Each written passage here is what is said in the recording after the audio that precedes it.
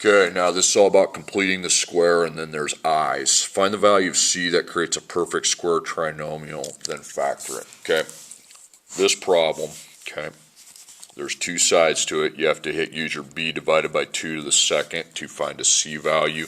That would make a perfect square trinomial that would factor into the same two factors. Okay, there's b. b is 16. Divided by 2 is 8. 8 times itself, 64. Okay, nice. We now have our c. Okay, now to factor it, it's an ABC. 1 times 64 is 64. Be positive.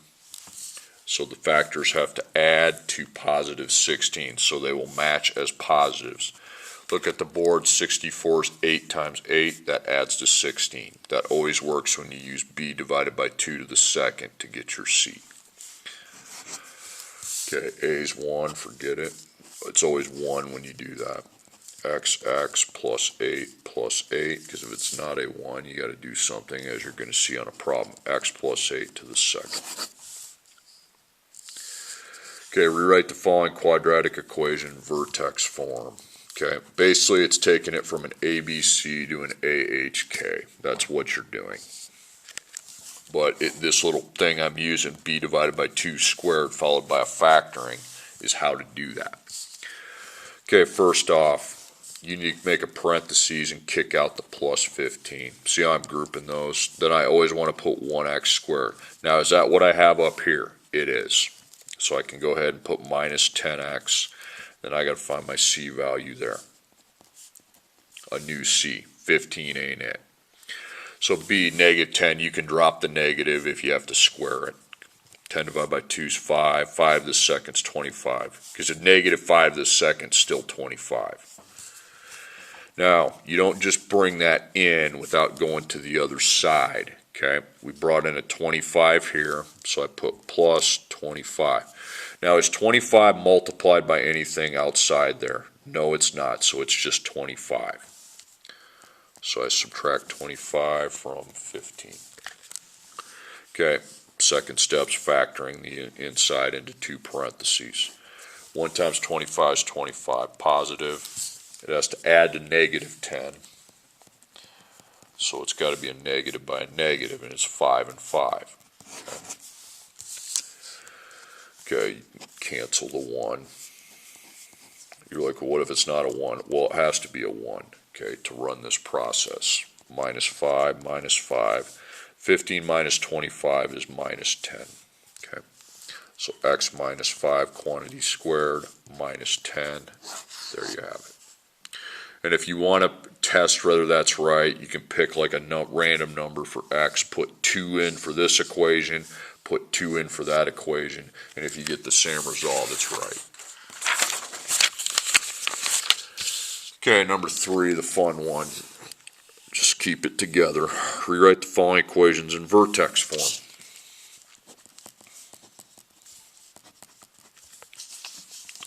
I know exactly what I need to do, okay, by completing the square. So you make a parentheses, kick out minus 26. Don't you put 4x squared. It's got to be 1x squared. And if you don't have 1x squared up here, guess what you're doing? You're going to divide that and that by 4. Okay? That does not stay 40. So 4 comes out. That's 1x squared, and that's going to be minus 10x. See, I do not keep that at 40. So A and B and my C. So I do b divided by 2 squared. I don't use 40. I use 10. Okay? So 10 divided by 2 is 5. 5 to the second is 25. Now remember, we did not just bring in a 25. Okay? We brought in 25 times 4 on this problem. So we have to multiply 25 by 4, which we didn't have to do on the last problem. That's 100. Then you subtract 100 over with your outside term of negative 26. Okay, second steps for the factoring inside. 1 times 25 is 25, be a positive. Okay. They have to match signs. Since they have to add to negative 10, it'll be a negative and a negative. It'll be 5 and 5. Okay. So 4 That's going to be minus 126. So you have 4x minus 5 to the second minus 126. Okay. Find the value for k that creates a perfect square trinomial. This does not need to be factored. Okay. You just take the square root of a times c, or just c because it's 100 times 1. Okay. And then multiply those, whatever the square root is, by 2. So a is 1, c is 100. So that's the square root of 100 times 2. Square root of 100 is 10, so it's 10 times 2. We get 20. Two factors of 100 that would add up to 20 is 10 and 10, hence it's a perfect square. Okay, I. Evaluate I to the 10th power. You need to split that, so it's I second. I till you're at 10. Now don't just leave that, okay? You replace all of these with negative 1 because that's what I to the second equals. So it's 5 it's either 1 or negative 1. Since it's an odd number of factors, it's going to be negative. And you can punch it in your calculator to check if you forget that. Guys, don't foil that. There's a plus sign. It's just blank plus blank I. Negative 7, negative 12 is negative 19. 17 and 5 is 22. Likewise here, okay? You do need to make a little change to the second quantity. Negative, positive.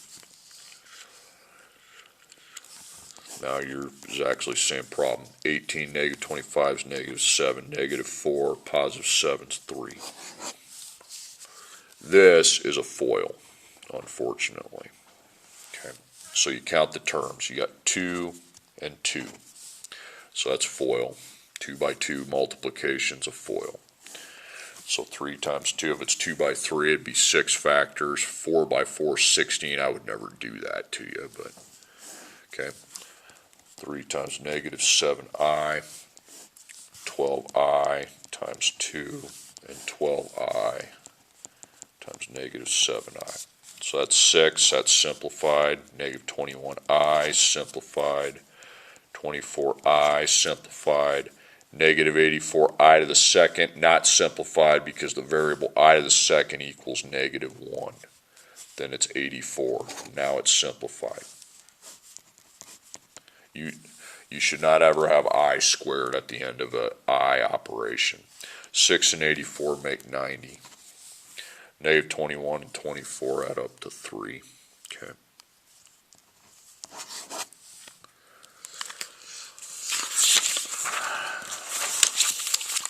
Next page, we ain't doing this problem here. Okay. 3 plus 2i over 8i. Okay. 2 plus, by the way, yeah. Okay, how many terms you got? You can't divide by I, so you got to get rid of the I. How many terms do you have on the bottom? Just 1. You have 2 on top, but it's all driven off the bottom. Okay. So if it's just 1, we just multiply by I over I. So top, bottom. So that's 2 terms, and each of these are 1 term. So 2 by 1 is just 2 products. 3 times I, and then 2i times I.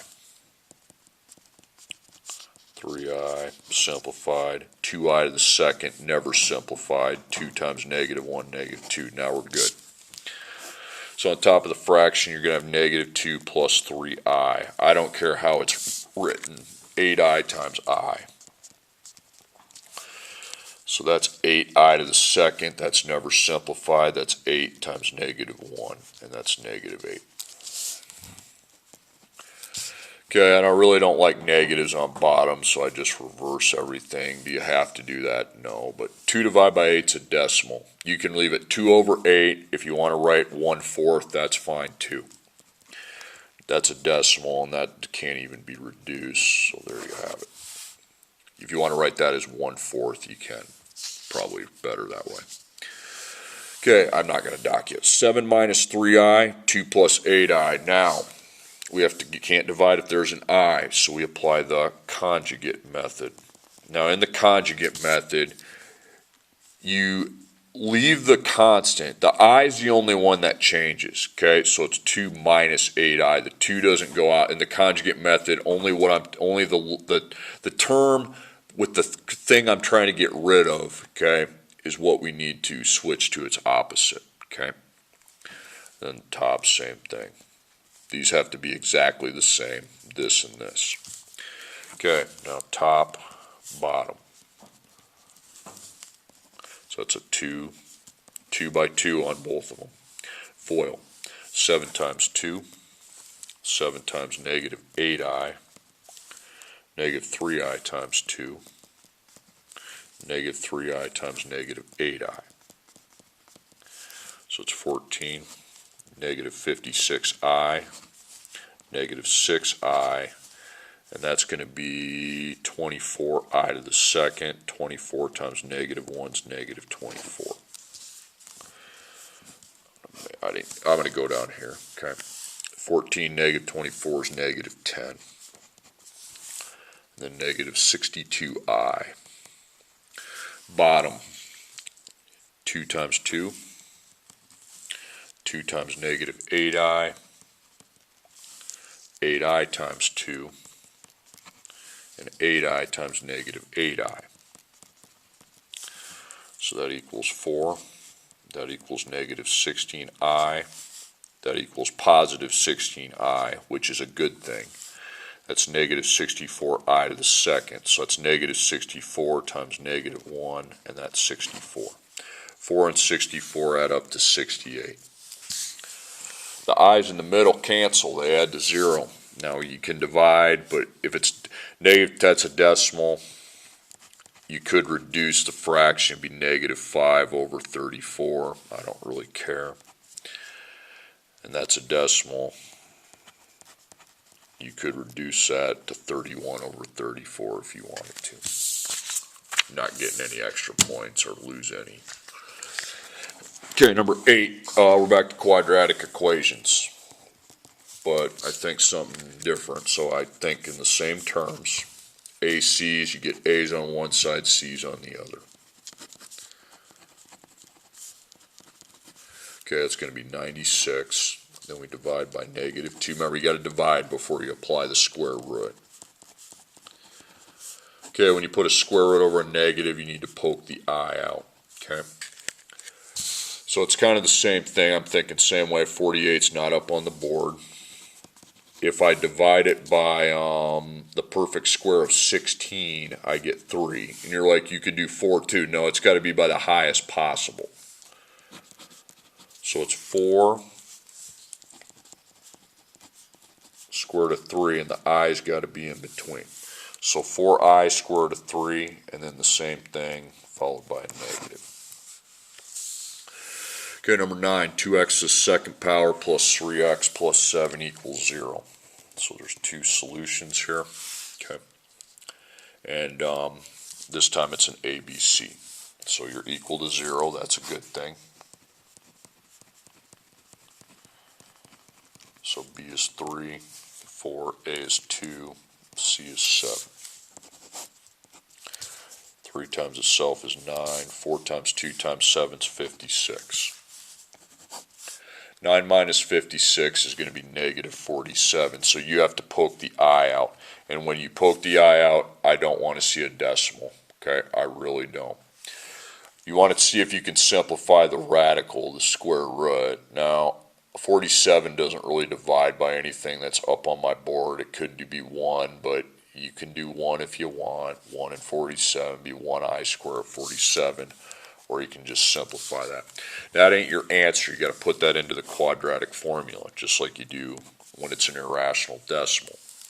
Opposite of b, negative 3, plus or minus the square root, I square root 47, then 2 times 2.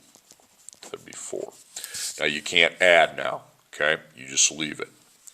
So just put negative 3 plus I square root 47, underline the whole thing and put 4. And then negative 3 minus I square root 47 over 4.